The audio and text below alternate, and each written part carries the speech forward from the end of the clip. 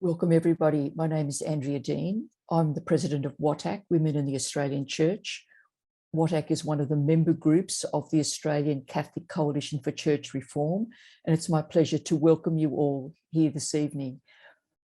So far, we have nearly 900 people joining us, and it's likely to increase. Just letting you know, just so you understand the logistics of our session tonight. James, may I have the first slide, please?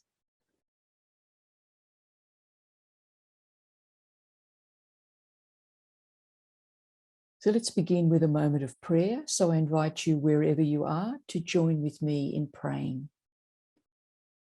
Bless us with courage when we are put to the test, with humility when we're tempted to be puffed up, with generosity when we're tempted to amass riches, with inclusivity when we're tempted to dominate. Bless us with your unfailing kindness, living God. Amen. Thanks, James. So just a reminder to everybody that this format this evening is a webinar rather than a meeting. That means you'll only be able to see the panelists on the screen and not see your own faces. This is necessary because of the logistics of the large number of people who will join us. Also, we will gather your comments, which will be received through the chat. And this feedback will be very important to us, but it will also be carefully monitored and managed. So any comments which are inappropriate will be removed. And could I invite you to make comments that are helpful in nature towards progressing the conversation? If you make a comment in chat during the first panel, you won't be able to see the chat. We've not displaying the chat during the first panel so that we minimize distraction, but it will be open for everybody to see and to contribute further in the reflection time between the two panels.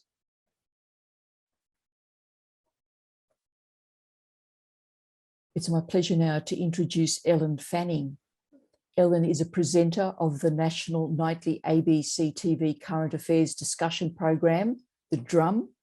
She has spent her working life as a public affairs journalist, working in Australia and abroad in on-air roles at the ABC, on radio and TV, the Nine Network, and at SBS. For her sins, she has interviewed every Australian Prime Minister since Malcolm Fraser.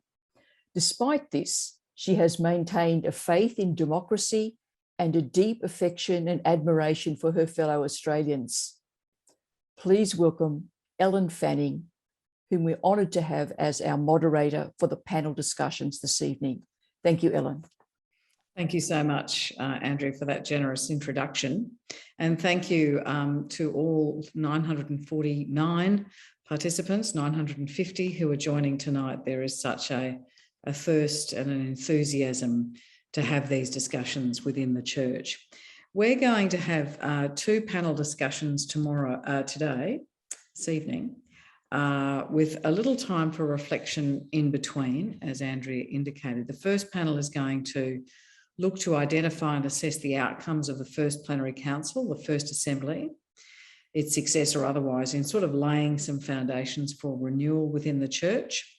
So that's the first one, and all of our members of our first panel were in fact members of that plenary council. And then after the break, a second panel discussion, which will very simply identify renewal priorities for Assembly 2, how to engage with the planned processes for the second Assembly, and with Pope Francis's Synod on Synodality.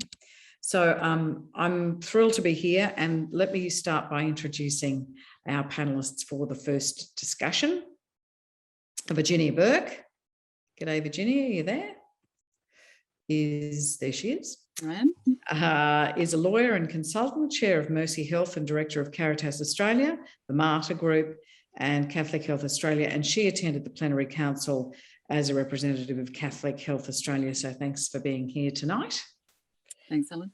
We have Nimi with us. Nimi Kandappa is a Melbourne writer, again, another plenary council member and academic who has a deep interest in bringing faith into our everyday lives. So we're thrilled that you could be with us this evening, Nimi. Welcome. Francis Sullivan is with us, Catholic Social Services Australia, former CEO of Truth, Justice and Healing Council. G'day, Francis. G'day, Ellen. And in Adelaide tonight, Claire Victory, who is the National President of the St Vincent de Paul Society, again, also on the plenary council, but a slightly different experience, Claire, in that you were not like much of Australia locked down during that time. So you actually were able to commune with other humans. Yeah, that's correct, Ellen. Council. So as I said to the panellists earlier, I have a range of questions to put to them, and they are under no obligation to answer the question I ask. They could answer a different question. But I'll get things rolling. But please don't, if you panelists wish to comment on something else somebody said, please just go ahead and do it. If we talk over one another a little, that really doesn't matter. Nimi, let's start with you. What did it mean to you, and what did it mean for the church that a woman such as yourself, a single woman in the church, was involved in that plenary council, and that one individual bishop in particular was very anxious to hear how you were interpreting things? How did that make you feel as a faithful member of the church? Ellen, I was very, very pleased to be part of it, because I felt as though there was a voice now I could present and be included in the conversations that were being had. As a single woman, yeah, I think we're sometimes the forgotten group. You know, we pray for priests, we pray for the families, but no one prays for us. And it's also quite a tough vocation. So I was pleased to be part of it. I have a very strong faith, and very keen to be part of the church, but also I struggle a little bit as well, because I see it a little bit as a male face of the Catholic Church with the male priests, and we get male interpretations of the gospel. And so the fact that we're gradually bringing women into it and into the discussions, and being able to hear what women have to say, because I know many women who have wonderful, deep faith, and yet we, as a church, I think, suffer from not including women's aspects or perspectives on the on faith. So that was good. The fact that, look, bishops, that was just one example, I guess, of the fact that I think the bishops really had good intentions. The 2 or 3 bishops that I had contact with, I felt as though they really meant to have a good discussion. They were sincere in it. And let's not forget that from a spiritual point of view, they have to account for the fact that people are leaving the church. And so I think they genuinely have the right intentions of bringing us together and as far as I can see, the plenary council is really for Catholics or people who want to be part of the Catholic Church, rather than necessarily a way of placating the secular world. And so this was firstly the priority that we had, and I was pleased to see that the Australian bishops have taken this role, and it's a courageous thing to do. It's the first time we've had a plenary council since World War II, I think, anywhere in Australia, or anywhere in the world, I've been told. So it's a difficult thing to do. It was a little bit unstructured because they had to make things up as well in terms of how they wanted it to go. But generally, I felt as though that the intentions were right. Now, Virginia, you came to this, I'm putting words in your mouth here, but, you know, feel free to disagree, with a lawyer's brain, which I imagine you can't just turn off anytime you want. And I'm not sure whether that's an advantage or an affliction, because you lawyers have a particular way of thinking and a particular way of organising how you deal with information. And for the rest of us who are very anxious to find out what happened at this plenary council, it was not a sort of an ordered, secular conference, legalistic conference that most of us would have experienced in a professional working environment. I wonder how much your head was spinning and whether you came and how you came to view the process itself. Thanks, Ellen. Yes, it is a hazard to have a lawyer's brain at times. But yeah, you're right. This wasn't a strategy, a strategic planning exercise. It was a most unusual experience, and it was a really intense experience. It was highly structured in a sense because there was a general assembly, which many people on this call might have watched some of the public proceedings, and then there was some interventions, and then there was a process of communal, personal discernment, the spiritual conversations, and then towards the end of that, a more general conversation about the agenda questions in our small groups. So it was quite structured in some ways, but I think really at the start of the week, none of us were really entirely sure what the outcome was going to be at the end of the week. So that was challenging, I think. But again, as Nimi has said, we hadn't done this before. There was sort of no benchmark for the process and, no template for a plenary council like this. So I think that was challenging for all of us. And I think when it became clear towards the end of the week that we were expected to have some form of propositions or proposals put forward, then I think some of the limitations in the process became evident. And for me, that was that there simply wasn't enough time after the spiritual exercises and conversations to really grapple with the agenda questions, which are very broad and very general. And there was a lot of, I found myself casting around. I think this is where the lawyer part comes in perhaps, or just I was looking for sort of, an evidentiary basis on which we could really have a structured discussion about the reform or the agenda questions.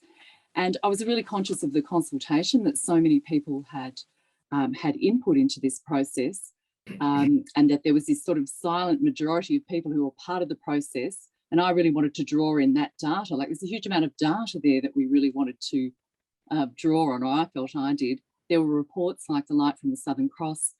There were the discernment papers. And throughout all of these things, there were proposals. And, I was wanting to draw them together all the time. And I think in the time we had, there probably wasn't sufficient time to do the kind of work I wanted to do.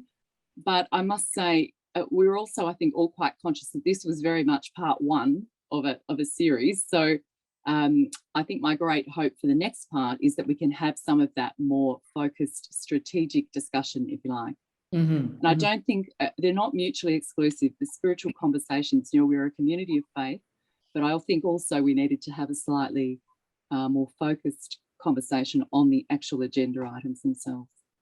So Claire, I know that there are limitations to what you can say about precisely what went on, in the sense that, not that it's deeply secret or anything, but you were limited in what you can say about it, and at the end of the entire process it will all be sort of collated and reported. But for instance, what happened on the day where the participants were asked to think about child sexual abuse? Yeah, that's an interesting question, because the way that I've sort of heard it reported was we had the assembly in the morning, and then the plenary members went behind closed doors as if there was this big secretive discussion, when really we more or less had that same sort of spiritual conversation, small group process as we'd had on the other days. But then the entire afternoon was given over to individual reflection, which probably meant very different things for different people. So really everyone just went their separate ways. And there wasn't really the grappling with those questions and what actions we might now put in place that I certainly thought we would have on that day. So that was, that was an interesting approach. I did feel, I think, a bit disappointed that we didn't take those particular discussions or those particular topics further on that day. And I think that leaving the time for individual reflection, it might have worked for some people. My concern is that the many people that were attending on their own from their bedrooms, it would have been a very isolating experience, given the emotions that came up in the morning, obviously with the topics we were talking about and with the abuse. So, I mean, I was fortunate to be with other people, and there was a lot of support we gained from that experience. But I can't imagine how tough that afternoon in particular would have been for those who didn't then even get to have time online together. Which I guess is as much about the fact that the whole jolly thing had to be on Zoom as anything else, right? Yep. Yeah. Correct. Yep. Yeah. Francis, what happened when people raised questions, for example, about women in the priesthood, when people raised questions about the participation and valuing of rainbow people, LGBTQI plus people within the church? Was there a leaning into those discussions? Was there a kind of, oh gosh, we can't have those discussions, that they're universal laws of the church, and why would we rate? Like, how are they dealt with? Well, it's a mixture of all that, Alan, because the way those questions were raised is through interventions. And I gave 2 of those interventions, because the questions that we were all given as an agenda were very anodyne. The actual issues that a lot of people have been asking to be honestly discussed as a church weren't explicit. So, for example, I asked an intervention to say, when are we going to talk about the influential participation of women in the church, including the expansion of ordination, say, into the diaconate? When are we going to see proposals, and when are we going to discuss them, and when are you going to vote? So that goes into the ether. But there were reactions from some people who found that too confronting. At the same time, when I said, where's the voice of the rainbow people? Again, it goes into the ether. Now, maybe in some of the small groups, some people would have attempted to raise those issues, but as far as the General Assembly is concerned, it's just noted. And interestingly, I got feedback from people both in the chat forums and others, either supportive or angry about it. So what I think it's telling us are a few things. The positive is that the assembly happened. The positive is that for some people, they sat around the table with bishops for the first time in their lives. That was a positive. The negative, in my mind, is we lacked focus and leadership. We didn't have considered papers in front of us. There's a whole bevy of 20 experts who were just, off to the side. So in many ways, the delegates were being asked to start from scratch. And we haven't got that sort of time, Ellen. 90% of people who call themselves Catholic don't participate in worship on a weekend anymore. And it's hard to get their voice into the conversations. Our church is basically divided into the enthusiastic and content, the tired and the weary. And there's a big vanishing middle. And if we're not careful, we're going to forget about the process that's led to the disengagement and the disinterest. Pope Francis keeps saying, let's have a missionary impulse. And we didn't even define what that was. So I think in lots of ways, as Virginia said, it's the start of a process. And we're meant to roll up in July in Sydney, this time hopefully in person. And supposedly that concludes it. Well, it really can't.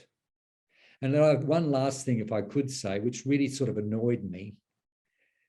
And that is, we were supposed to be a deep listening church. This plenary council is not about the bishops.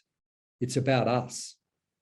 And yet on the very first morning, we have two archbishops, one from Sydney, one from Hobart, who make interventions, almost drawing a line in the sand about what we should be talking about and what we shouldn't be.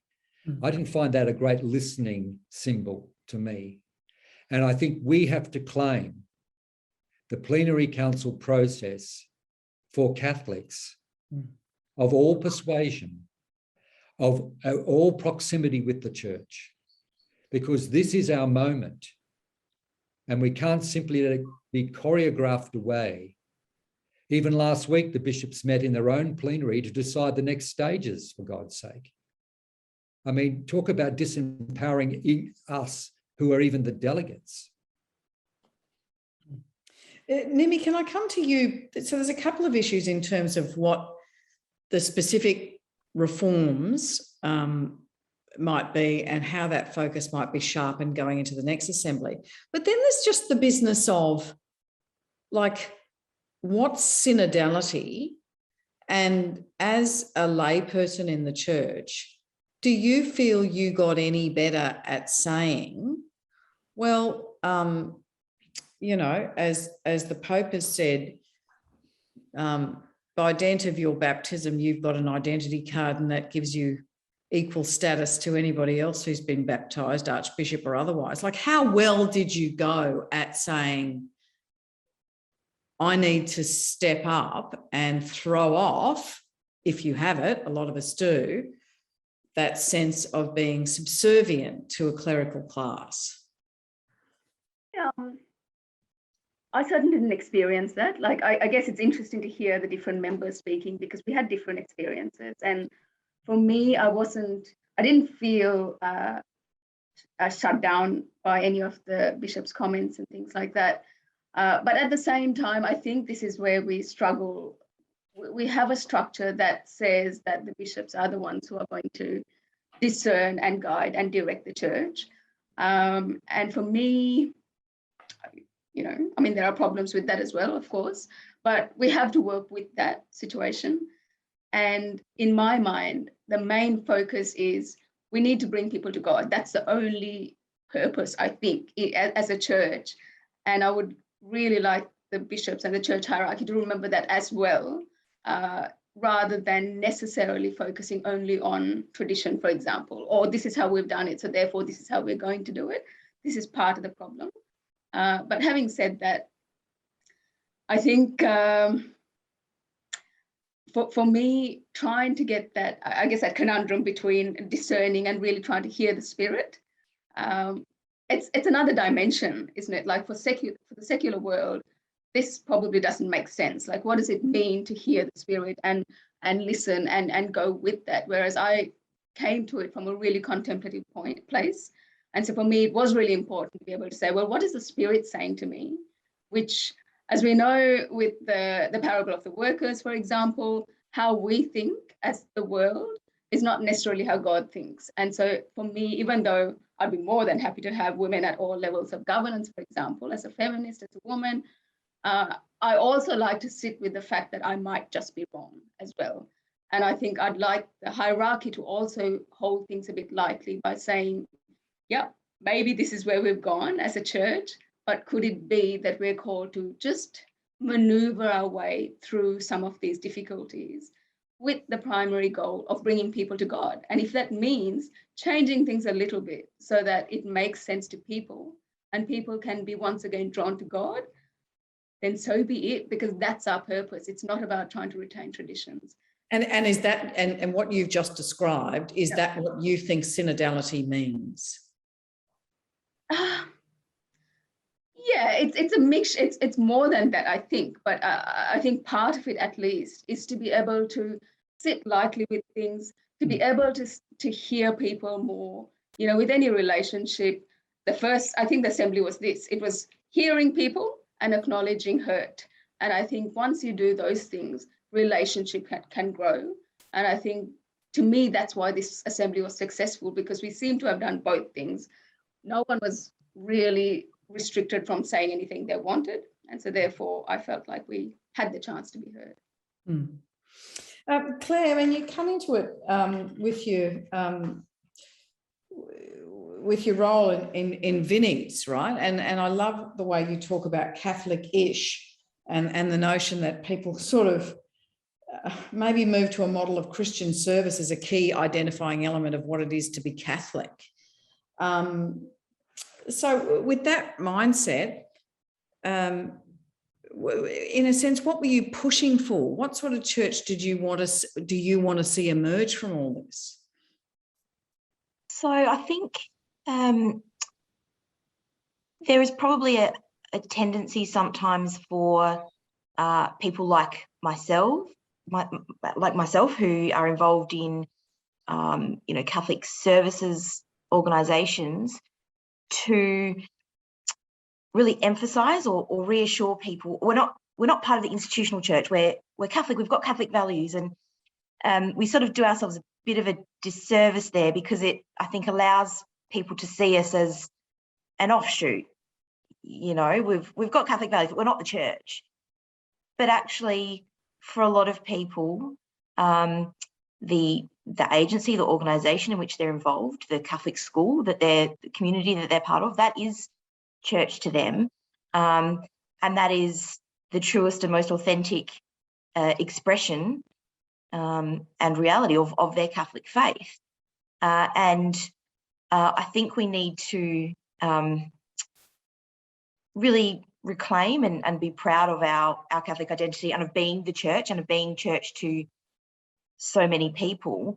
We get a lot of people coming up, to us at Vinnie's, and when we advocate on behalf of those who are marginalised, who are experiencing disadvantage, we get Catholics coming up to us saying, thank you for speaking, because that is what we should be doing as a church. That should be core church business.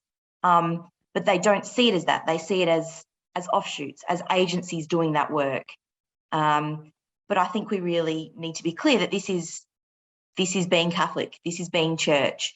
And this is where so many people find church, because they don't feel welcome, in the pews on a Sunday. And they're made to feel that they're somehow not a practicing Catholic, or they're not part of church because they're not in those pews every Sunday. So, I think that Catholic agencies, schools, need to quite proudly proclaim that we are church to so many people. And this is what it means to be Catholic.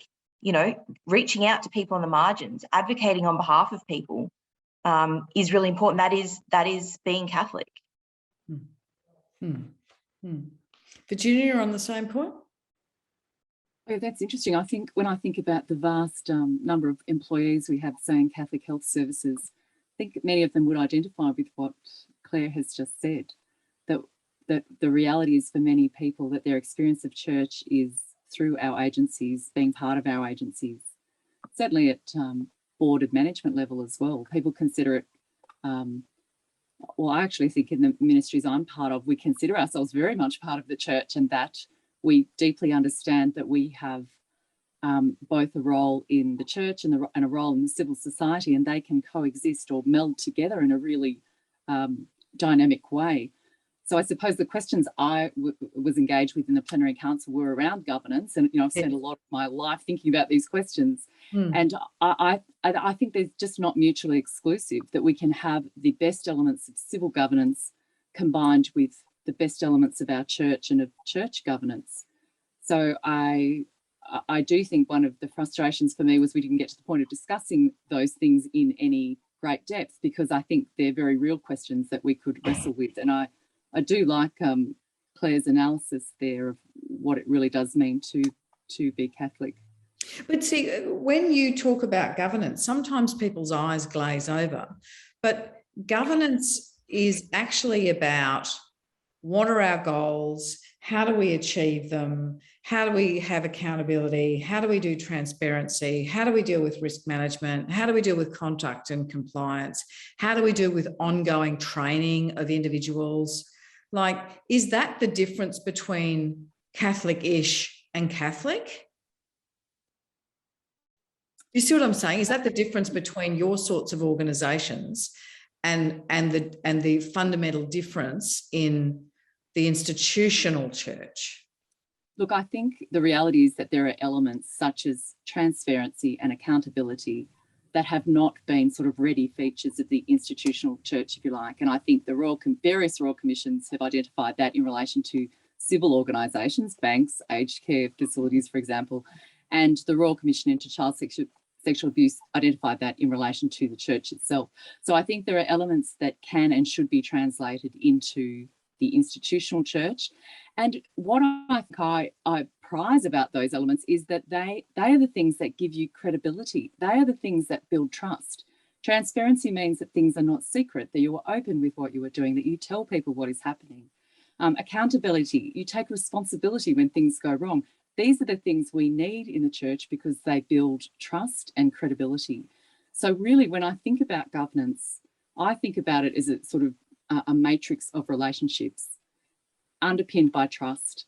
And when we start reeling off the elements of civil governance, people's eyes do glaze over. But in fact, those elements are the things that build the trust that allows you to have a proper set of relationships through which authority and power is exercised. I mean, we have to be real about that. But I think those elements are what are needed. And they're elements that are identified in the Life from the Southern Cross in a really sort of elegant way. So I think opportunities to explore that and to not shy away from the elements of civil governance that we can apply and that will only strengthen us as an institution, as a church. I think that's really important that we have time for that conversation at some point in this assembly. And we will talk about the Light of the from the Southern Cross in the next session, but it's essentially about, am I right, Francis, in engagement of Catholics in the life of the church and how that might be done in ways that are, you know, really just reviving structures that are already there. All of this is, all the way in which you're all talking is strategic, Francis. You're sort of saying you're just trying to scaffold it and put some strategy into the process. Is that what you feel needs to occur?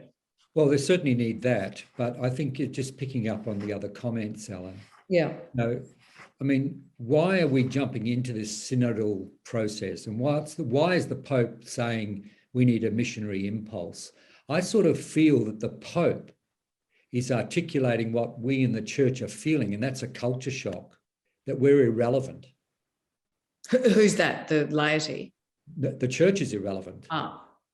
That so many people now are moving away from the way the church presents itself in its rhetoric and in its teachings.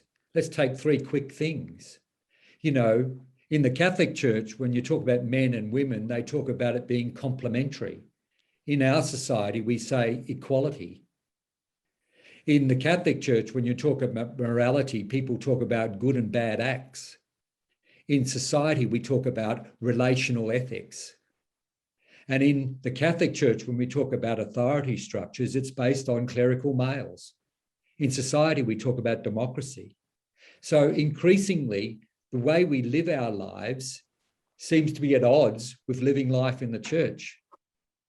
And so when we come to the questions around governance or anything else, and just as the Royal Commission into Sex Abuse found out, when you've got a culture that is about power, and that's controlled by male clerics, when you've got a culture that rewards privilege, and that's usually from an entitlement closed club, which are male clerics, and when you've got a culture that determines who gets to participate in decision making, and eventually that's male clerics, we've got ourselves a major culture shock coming. And until ordinary Catholics say, we will participate and we will support as long as we're taken to be equal and as long as our skills and our competency will be integrated into decision-making at all levels. And if that doesn't happen, then the drain will continue. Perhaps a general question to everyone. What is necessary? Is it more than, Francis has been quoted as saying, more than rehabilitation, something else? How would you define what is necessary? Maybe Nemi first. So I do come from a slightly different angle, it seems. To me, it's all about faith still. It's about that relationship with God. And I feel as though we are speaking about the church as an institution, and yet the only purpose of the church is to draw us into relationship with God. It's not, we're not an institution that does good as other secular institutions might be. And I think, I do find that, so one of the questions, the agenda questions was, how can we become a more contemplative people? And I think that's really key. We're too busy, we're too loud, we're too keen to talk about these things, but there's an inner side to us that we don't tap into, and that is where the Spirit speaks. And I think that that's really important. Once we tap into that, other things start falling into place. And I agree with a lot of what has been said, that there's so much that we can change, but I just think there's this other dimension, which is a dimension the secular world doesn't understand, but it's a dimension that seeks God and God's input. And so I think we need, my only point would be, we need to draw further into our faith and draw from that to move forward. Claire, how would you know when the church was doing that? How would you know if the church was leaning into that mission in that way? Oh, I think we would see the church as relevant in the community. I think it would be, generally regarded as a force for good and for inclusion rather than for exclusion, which I think is how so many people, Catholic and otherwise, see it. I think the church should be the first place that people turn in terms of, in times of crisis or need. And I think it says a lot that often that seems like the place that is the least likely to welcome them. Whether it's the pregnant teenager, the person who has questions or challenges with their identity, with their sexuality, with their family. So I think if we did the, you're right, it's not rehabilitation, the reimagining, the whatever it might be, the church would be in its rightful place, which would be, a beacon of hope. It would be a force for good in the world for all people, Catholic and otherwise. I'm not sure if that really answers your question, but I think that would be the sign that we've done the right thing. Same question to Virginia. That's exactly what I'm saying. What would be the sign? As Nimi says, that's a really interesting point that she's making. And it's the distinction between a hospital and a church, right? What would be the sign that the church was doing this thing? Because people are looking at the church, particularly in the wake of the Royal Commission, and they're measuring the chasm, the failure to live up to those standards, promises, faith, all of it. I think one sign would be a true sense among lay people, actually, that we are actually the church, and that for all its failings, we have a part in this as well, and that there's a role for us with the bishops, with the clergy. I did have the experience during the plenary council. We were talking a lot about governance in the groups I was with. I had this experience of hadn't really fully understood synodality, I think, until it was as if we were embodying it in the discussion we were having, in the time that we'd sort of had together. I think the sign would be that a recognition of, all the faithful, the entire community of faith, really, that we are all the church and that we each have a responsibility. And as well as that, I had a strong sense through the plenary council that it's almost an element of grief in some of the discussions about exclusion, about the number of people that we as the church exclude. And sometimes that felt intolerable to me. And I think it was a deeply emotional week in that way when I reflect on it. So I think a sign would be that we are truly inclusive people, but not because inclusion is just a great principle, but because it's a question of justice. So I think for me, the sign would be that, we actually instruments of justice in the community, and that sense of being co-responsible as well.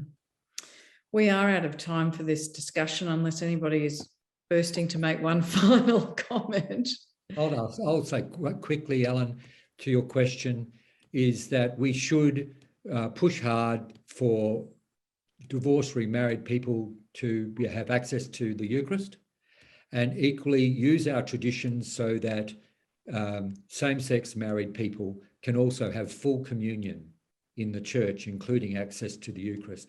They will be two signs that we're a church that's opened its heart. Yeah. Well, thank you, all of you, very much for that conversation. I hope the now 1.1 thousand people watching enjoyed that as much as I did. And thank you so much for thinking through and preparing for that panel in the way that you all have. And I'll pass back now to Andrea, who is going to give us some information about a short reflection break we're going to have now. Thank you, Ellen, and thank you, everybody, in that first panel. It was fantastic, very stimulating. So the chat is open now for your comments and questions. And again, please, helpful comments and questions with a moving forward approach would be really appreciated. So you might like to think about what is it that you can do to make some of these things occur. And as the questions say here on the slide, what outcomes do you want from the plenary council? What will indicate success or progress? So the comments are open now. You will be able to see things as people contribute. And I'm just going to be quiet for a couple of minutes while you have a moment to add your comments and to look through the things that have already been submitted and the thoughts that are being shared from everybody right now.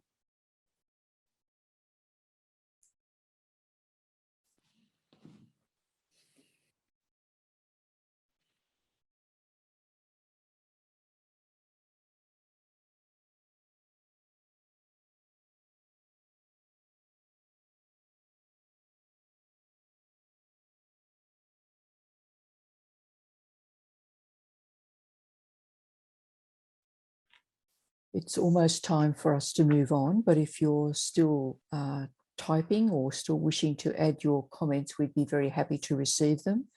Just a reminder that the comments will be used by the coalition. They are kind of information for us about what's important and where we might go. So those comments will all be collated and distributed.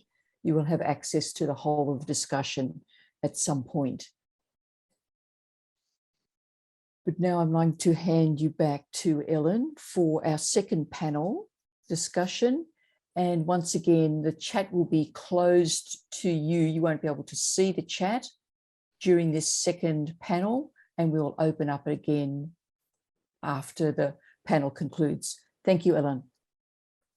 Thank you very much for that, Andrea. And I'm very much looking forward to our second panel tonight. I do apologise for what appears to be Vaseline on the screen. I feel like one of those 1920s movie stars, that would never, not that old. Does that help a little bit? Perhaps it does. I don't know. I look like I'm, anyway. So let me introduce our next panel. Robert Fitzgerald was the Royal Commissioner into Institutional Responses to Child Sexual Abuse.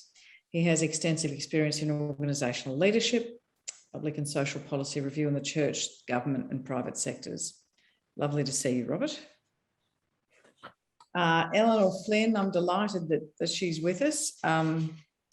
Lovely to see you, Eleanor. Medical graduate with theology degree, co-founded Women's Wisdom in the Church, and is a co-convener of the Australian Catholic Coalition for Church Reform, and has recently been in the UK, which is a feat in itself. Yes. Sure. And can report back about what is happening in the church there in terms of reform zeal. John Warhurst is the chair of Concerned Catholics Canberra and Goulburn, a plenary council member and emeritus professor of political science at the Australian National University. G'day, John. And we have a guest. Sorry, I have little pieces of paper all over the place. It's one of my signature moves. Susan Pascoe is an adjunct professor of the University of Western Australia, and she chairs the Australian Council for International Development, the Community Directors Council, and is a member of the AICD's NFP Chairs Forum. And Susan is really here not only as a co-author of The Light from the Southern Cross, but to begin this conversation by providing us with a bit of context of how this Australian Plenary Council fits into the broader movement for reform in the church, specifically the Synod in Rome, and indeed the Pope's own very clear agenda and challenge to the church to undertake this. So could you start for us, if you would, and give us that context? What does Francis want? Thanks, Ellen. Well, Pope Francis opened the Synod on Synodality, which is a terrible name. Terrible, and then Truly colon. Terrible name. Yeah. So Synod on Synodality, then colon communion, participation, and mission. So picking up a theme that a number of the first panelists have referred to. But I think it's probably fair to say it's a passion of his to get a greater involvement of lay people in the church. And I've been appointed a member of one of the commissions that is organising this. There's the Commission on Methodology, Spirituality, Communication, and Spirituality. So they're all trying to make this, in many ways, an experience that's akin to a plenary council, but that in some ways different. What's perhaps in terms of the context, at the end of Vatican II, Pius X announced that there would be a creation of a Synod of Bishops, which would help the Pope in terms of deliberation, contemplation, and the like. And there is a secretariat for the Synod of Bishops in the Vatican, and it's up to the Pope, each Pope, to determine if and when he wants to have a synod. Pope Francis has had one on the family, one on youth, one on the Amazon, and now this one on synodality. So it's a real moment for consolidated thought in the church. What's significantly different about this one? That they all, to be well conducted, should be preceded by a period of consultation. This one's explicitly, literally in every diocese in the world. So it's a call to every bishop in every diocese to engage with people and to have a fairly open conversation, which might call for some of the messiness that can attend these kind of discussions. I'm conscious of time, Ellen, so look, I'll just add that this diocesan phase for Australia is a little difficult, to be honest, because Australia got off the blocks before the Pope. Australia decided to have a plenary council 5, 6, 7 years ago, and this synod was only announced in April, May. So it's being in some ways superimposed or added on to the plenary council process. But I'm aware that those who are actively involved in the organisation of Australia's plenary council are working to try and align the two, particularly so that people are not asked to do the same thing twice in a very short space of time. I'll leave it at that. I'm happy to, talk at length on any of this. And my apologies to Kevin Liston, who's been a driving force behind tonight, who I failed to introduce. He chairs the ACCCR Convocations Project Group and is the convener of the South Australian Catholics for an Evolving Church. Kevin, my apologies. Let's start. Eleanor, tell me about your experiences in the UK. Give me a bit of global context here. So I was lucky enough to go to be in England at the time of the Bristol Synod, or the Root and Branch Synod. Now, this is a group of women who got together last year after an editorial in the Tablet which said, why don't the laity start organising things, and particularly women? And they thought, why not? And so they got together and they worked tirelessly and got all sorts of people involved. So they got lots and lots of lay people, lots of priests, some bishops who were sort of helpful but didn't want to put their names up front, and theologians and canon lawyers and all sorts of people to think about what the issues are for the church, and what the problems are for the church. And they did it in a very synodal way by having discussions, putting out papers, having discussions, getting people to have Zooms around the world on these things, and having speakers, and building up and getting groups of people to work on particular themes, and then presenting it all the week of this synod in Bristol, and which was both Zoom and face-to-face, so hybrid. And then using all the information that came in, spending another month, and then putting out sort of the final Bristol text, suggesting what the issues are for the church. And not surprisingly, they're about leadership and the moral relationship that we should have, that the church should have with people, and inclusivity. And there's a fourth one, which I can't remember at the moment, but they're the themes that they're very much suggesting we should be thinking about. And they're backed up by biblical quotes, theological background, historical background. And that now they're moving on to sort of say, well, lots of people can do this, so why don't we have DIY synods, do it yourself? And so there was a Zoom on Monday night from them to Australia and Asia, suggesting things and getting lots of feedback from us about what we're doing. And there are lots of small groups all around the world of Catholics who get together either from geographical, that's where they live and they want to join together, or particular interest groups, and who work together, pray, read the Bible, think about the issues that they're worried about, write letters to bishops, organise speakers, organise events like this. All of these sorts of things are happening all around the world. And in Australia, I think we have a lot of people doing a lot of this work. And if you go back in church history, this has been going on forever. There were confraternities, sodalities, all this sort of thing. This is not new. But now I think there's this feeling that the institutional church is disconnected from us, and that they're not interested in us. They don't care. And particularly for women, they're not really interested at all in women. They're frightened. They don't know what to do. And so they're just backpedaling. So they have let's get together and have a discussion about women in the diaconate, and we get all the evidence that they've been there forever. Oh no, we'll have another group now. Yeah. I want to go back in a moment to Susan, but Robert, talk to me about fear. Fear. Fear. I mean, Well, the fear, one thing, right? well, the one thing we know about fear is that you can't move forward from fear.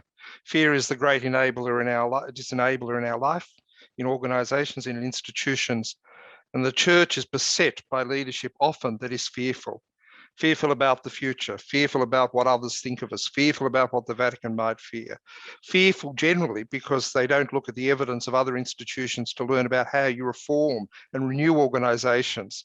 So fear is a factor. You add that to a resistant group within the church who are better than any politicians I've ever seen, who from an ideological position wish to resist change.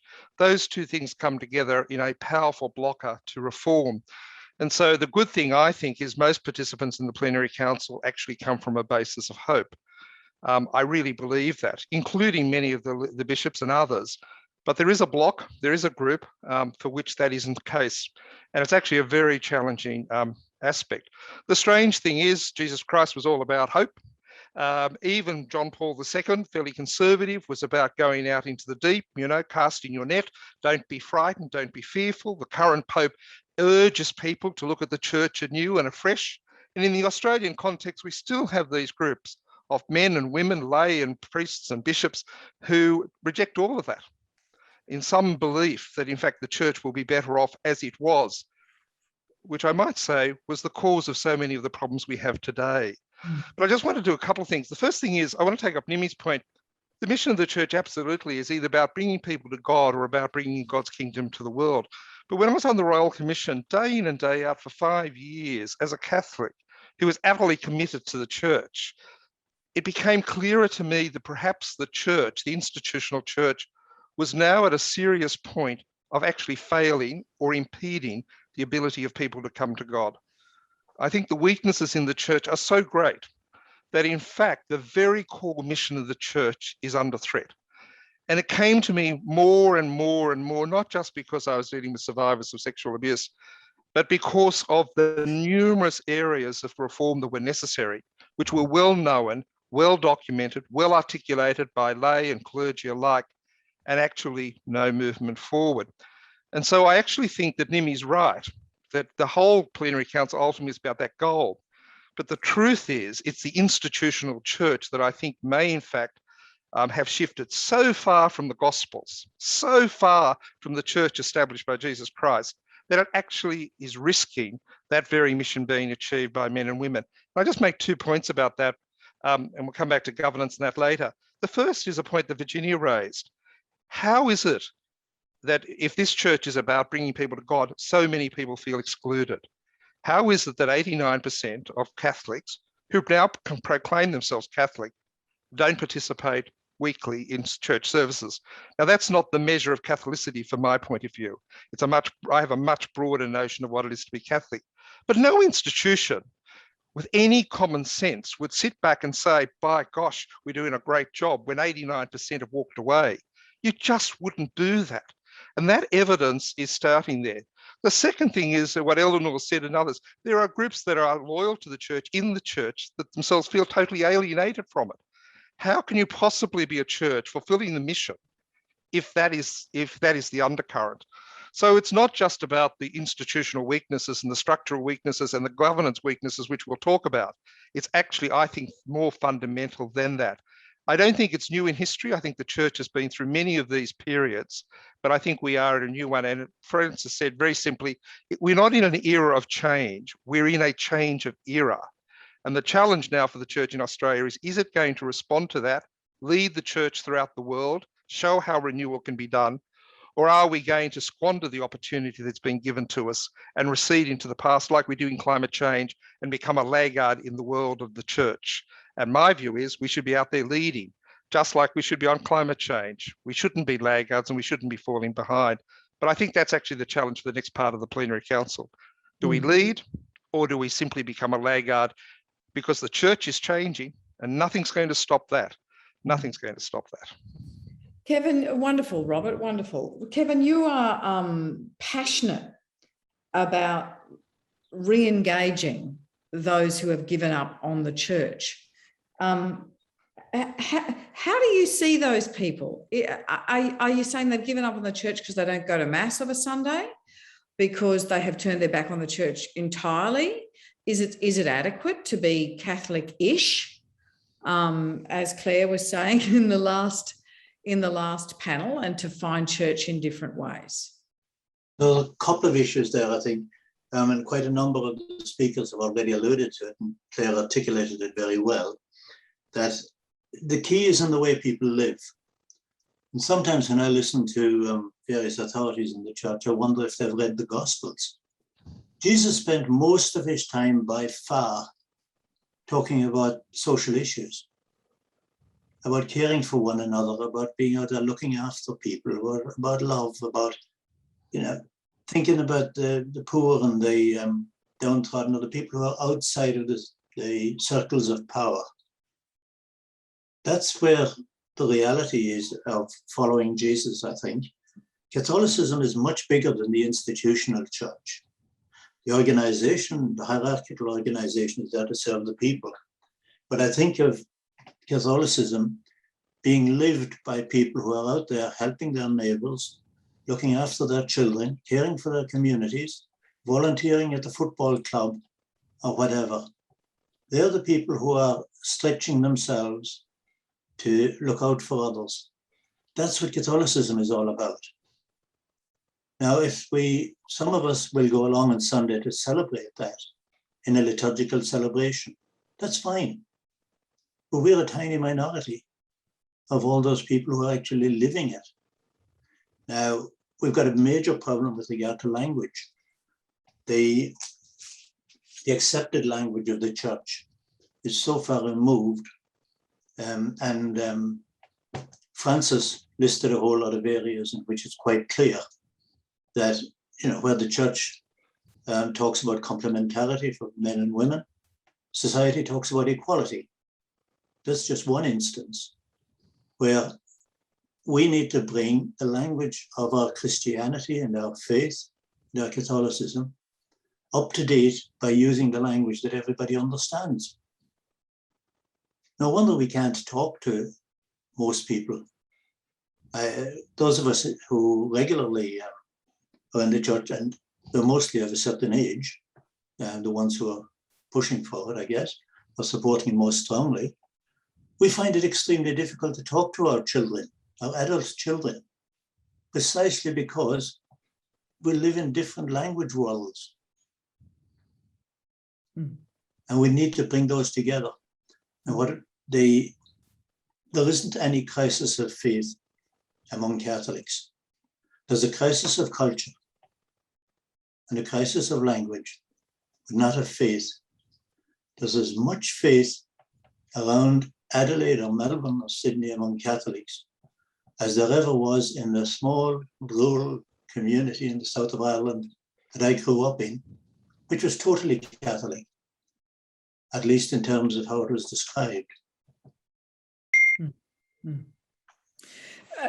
I'm somewhat tempted now, John, to take our focus now to the Second Assembly, and to throw to you the task of saying, okay, well, what does the Second Assembly need to do? And you talk about the importance of not only a bridge to community, but arriving at the right starting point. How do you harness all this goodwill and these ideas and passion we're hearing into the right starting point?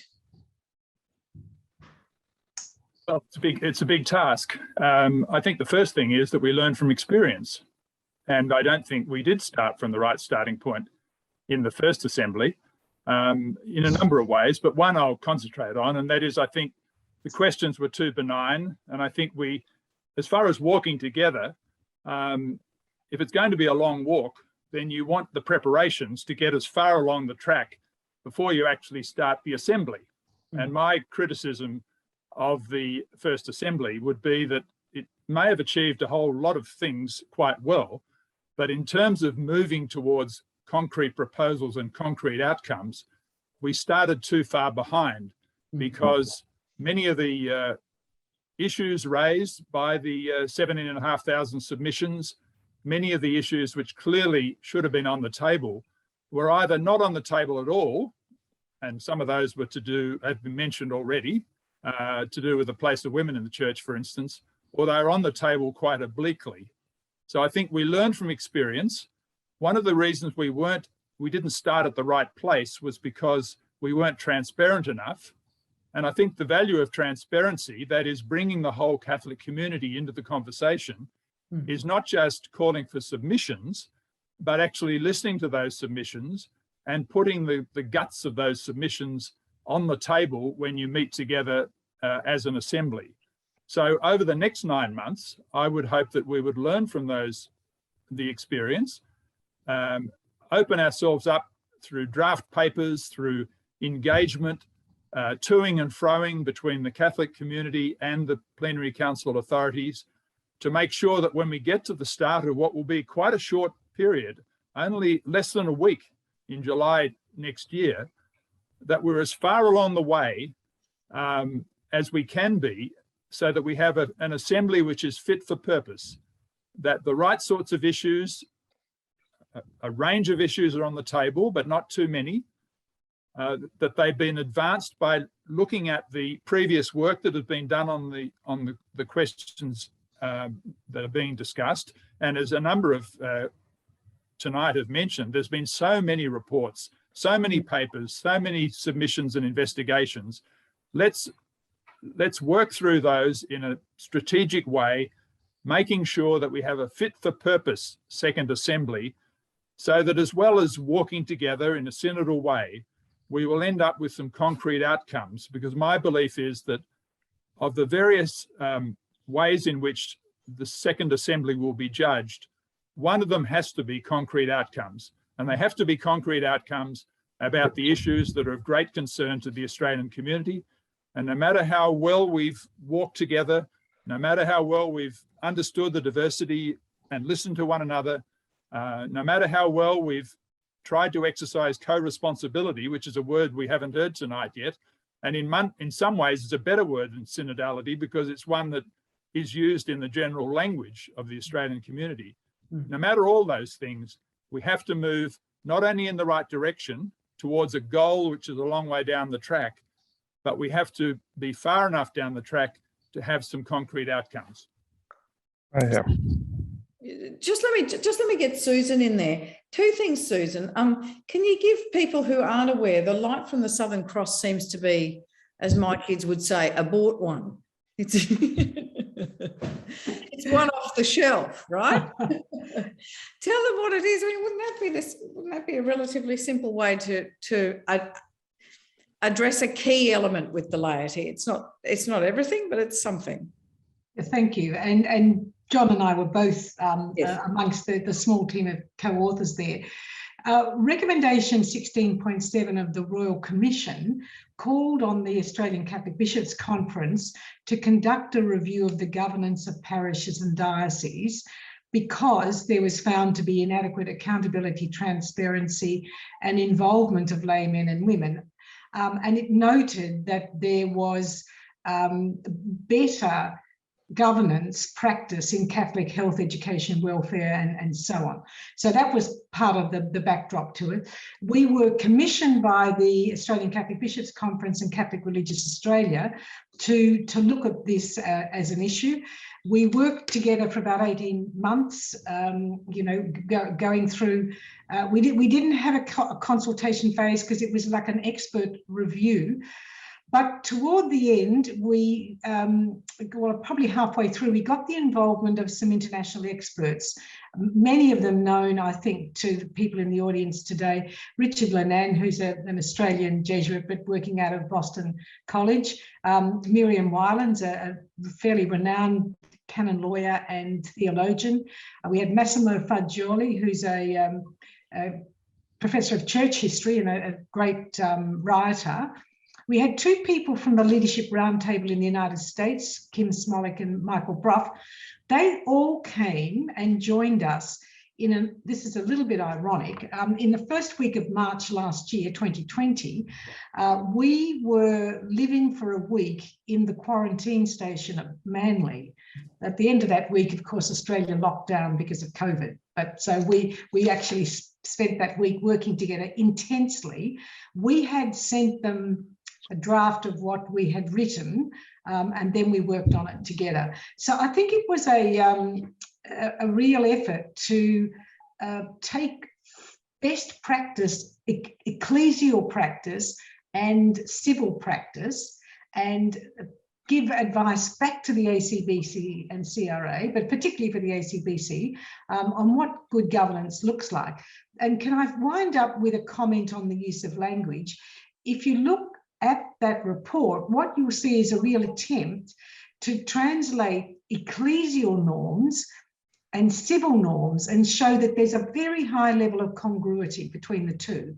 They're not anathema to one another. They're not strangers to one another. In fact, there's very good governance practice that can be happily married between church and civil, enterprises. So I think I would commend it. I think it's a really useful document. And interestingly, we know it's been used beyond the church in Australia. Many other dioceses have picked it up. And just to cherry pick a couple of things, diocesan pastoral councils, that is laity on pastoral councils, parish councils, leadership formation, gender balance in church decision making. This was a practical how to pick it up off the shelf guide to how to inject laity and women in particular into the institutional church in ways that there's a hollow shell waiting for people. You can do it. There's a structure there that already exists. Open the doors and let the laity in. Is that essentially what you were proposing with that report? I'm happy to answer, but I'm conscious that John's a co-author. All right, John, did you want to answer? And then we'll go around the panel again. John? No, all of those things, yes, certainly. I think often Light from the Southern Cross is pigeonholed as a governance report when it's really about culture and decision-making and inclusivity. And it covers all of those things, not only what you might call high-level synodality, that is the arguments that Susan has referred to in terms of ecclesial and civil thinking about co-responsibility, but also the institutions in which that synodality can take place. You can't have one without the other. Once you start to get practical, as you said, Ellen, there are some shells within the church which can be filled up with co-responsibility and synodality. There's also new work that has to be done. I mean, diocesan pastoral councils are long established in canon law, and yet they're very little used in the Australian church. So that would be one example. Parish pastoral councils. Sure, there are some good examples around the Australian church, but you wouldn't say that effective parish pastoral councils are a distinguishing feature of the Australian church. So I like to think of synodality both as the big stuff, the big philosophical arguments about walking together and listening to one another and learning from one another, but also the practical stuff about how you put that into practice in the various units of the church, the diocese, the parishes, the other places where Catholics gather together. And I think in the Light from the Southern Cross, it's not the last word on anything, and its critics will jump on that and say, well, it's not the last word, but it's many useful words about the way synodality and co-responsibility can be practiced. And it would be a shame if in reinventing the wheel, we took years to come to an end point which we could do within a year, within 6 months, within the Second Assembly.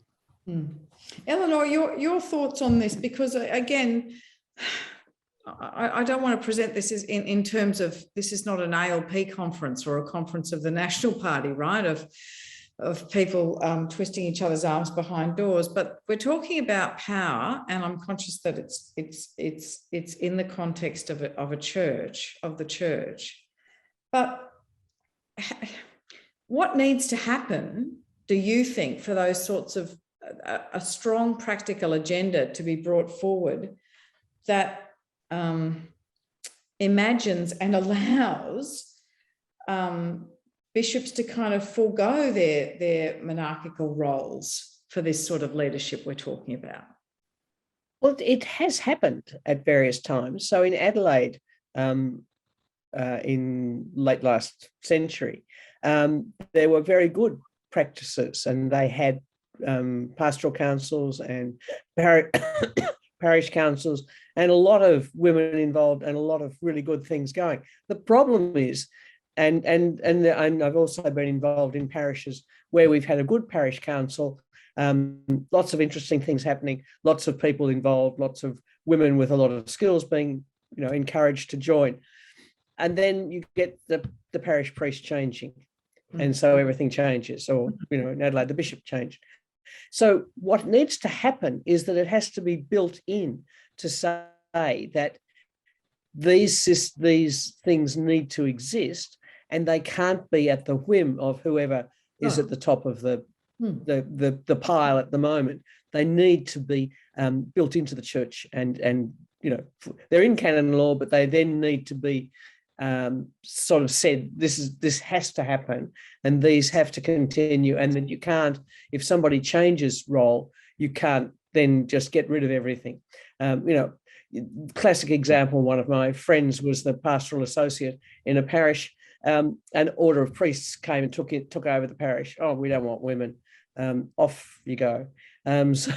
So there's just so many of these examples that drive people nuts, and particularly women. And there's an enormous number of Australian Catholic women who have theological degrees, theological training, spiritual training, and who've done a lot of, and a lot of men as well, but who've done a lot of work and who do a lot of work and who are really interested and really keen to use those skills for the betterment of the church and the betterment of, as people have said, of connecting us to God. Kevin, your thoughts on what needs to happen? So many points have been made in this chat as we've been going along about the amount of time, research and preparation that went into Vatican II, and the fact that these assemblies run for just a week, and the amount of general discussion that can occur around them because of the transparency is a little limited. So what do you think needs to happen in the next few months till July? I think we need to bring synodality to the place where people are able to talk to one another face to face, personally, small communities, small groups. I think the plenary council first session was a fairly decent example of synodality in practice for the people who are there, right, but not for anybody else. The rest of the world was just represented, we were looking on. We need to bring that into local communities, small communities. And with regard to that, there's a new church emerging. It's already happening in many, many places, not just among those who don't come to church, but live their Christianity or Catholicism, whether they name it as such or not, outside of the structures of the organized church. There are lots of other people who are semi-connected with the church, meet in small groups, develop innovative liturgies, celebrate in various ways, study, reflect, pray together. These are all happening all over the country, but they're fairly disjointed. There isn't that sense of a gathered momentum among them. And that is where I think we need to start focusing on, making people aware that this is actually happening everywhere.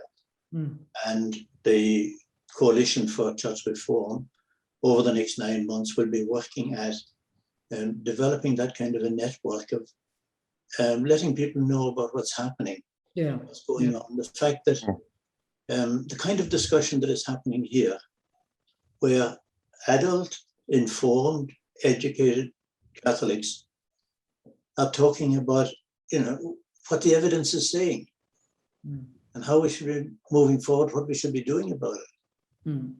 I'm going to ask you for just a 10, 15 second comment on a question that's come through, Susan, because I want to get to Robert's final thoughts. A couple of people are saying, can we look to the Anglican Church? Is there an anxiety about looking to Anglican models of synodality through this process, both in Australia and in Rome? Just quickly. Oh, sorry. Yes. Look, can I just note before I give you a 15-second reply, a number of people have pointed out that Richard Lennon is a diocesan priest of the Maitland Diocese in a Jesuit university, so thank you for that. And while I'm doing that, I think we'll all remember very gratefully the life of Bishop Bill Wright, who died just, I think, in the last 24 hours, so from that diocese, so he'll be an enormous loss to the church. But looking at that, I happen to have in the group that I had at the opening of the Synod, we actually did, if you like, a fast track synodal process. But the representative of the Anglican Church who was there, and he used a very interesting phrase that the Anglican Church is synodally led and episcopally governed. And I think that is a fair description, and one that ought to assuage any fears that there's going to be a complete erosion of episcopal authority. Yeah. So yeah, I think that, and just finally, we're all being encouraged in this process to try and have an ecumenical dimension to it, because all of the Christian churches can learn from one another. All of the churches can learn from one another. Robert, I'm going to give you the final word. Your thoughts on what would need to happen prior to this this final thing, and the emphasis on practicality, I think, is the point you. Well, I'm very practical, as everyone knows, and there's a reason for that. But let me just start by this. You don't need any good governance to love God and to love your neighbour, to fulfil the commandments that are in the gospel. You don't need any of what we're talking about today. You certainly don't need any of the recommendations in the Light of the Southern Cross or the Royal Commission. But if you want to run a church, if you want to run a religious institution that is complex, made up of people that should be equally treated, then good governance is essential.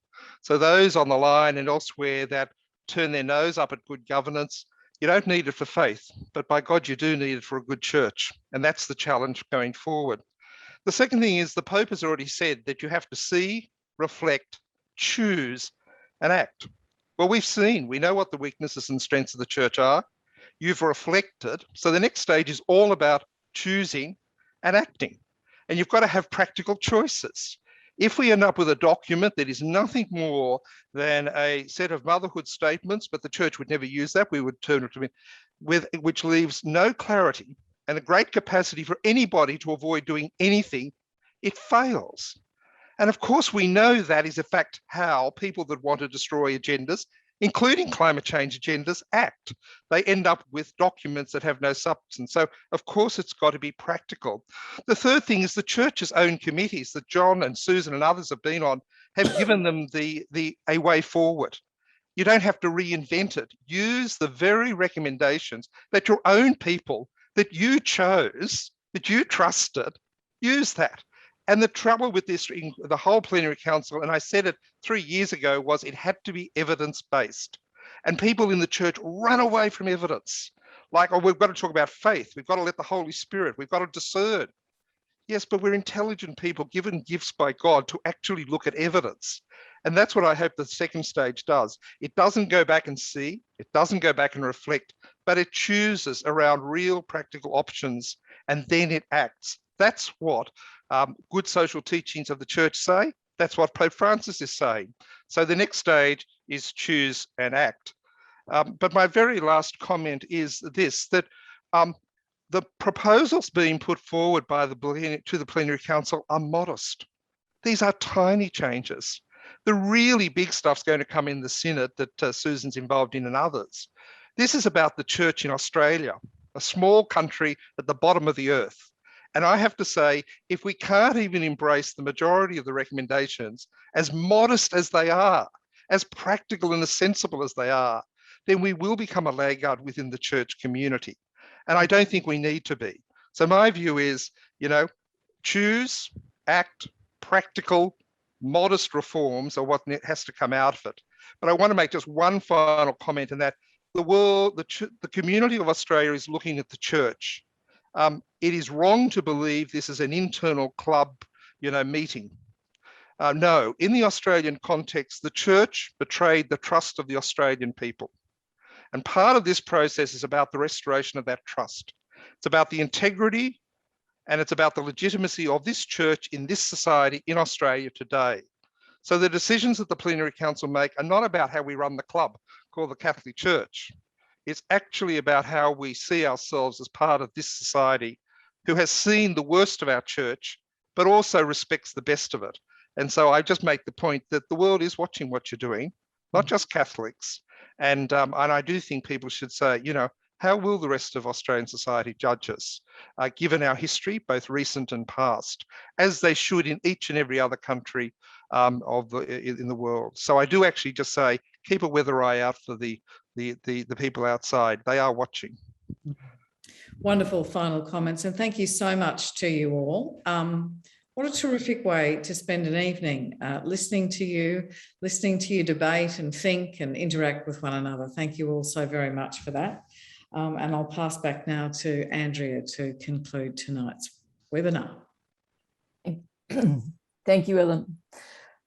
I was just reflecting, if this was a meal that we'd shared, it would have been a pretty tasty, satisfying and spicy meal that we've shared. So it's been a very invigorating night.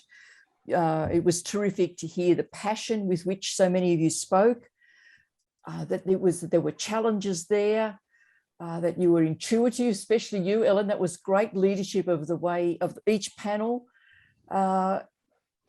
And we even loved the drama that you threw in. People would even enjoy the little self-introduction that you wrote about yourself and your for her sins, having interviewed every Prime Minister, but maintaining a faith.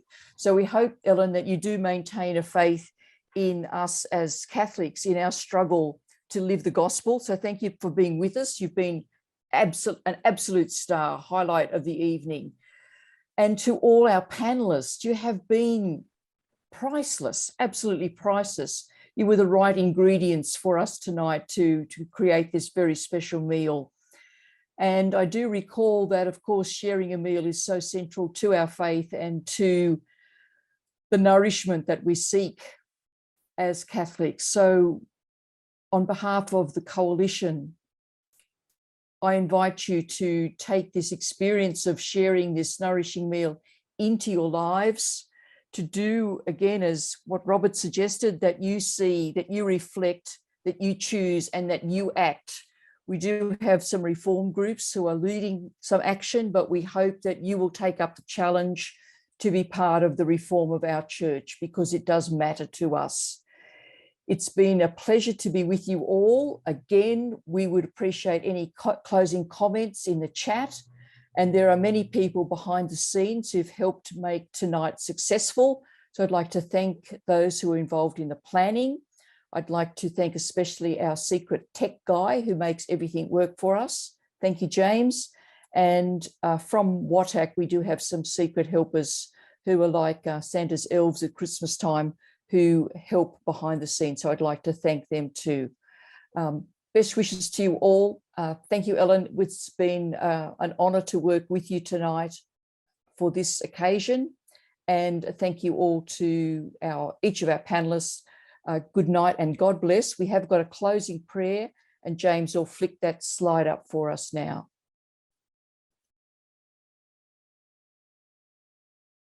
And in the spirit of the evening, that's a prayer of encouragement that we will move forward. So let's pray together. Bless us, press us, gentle us, nourish us, nudge us, nourish us, gentle God. Amen. Thank you, everybody. Good night and God bless.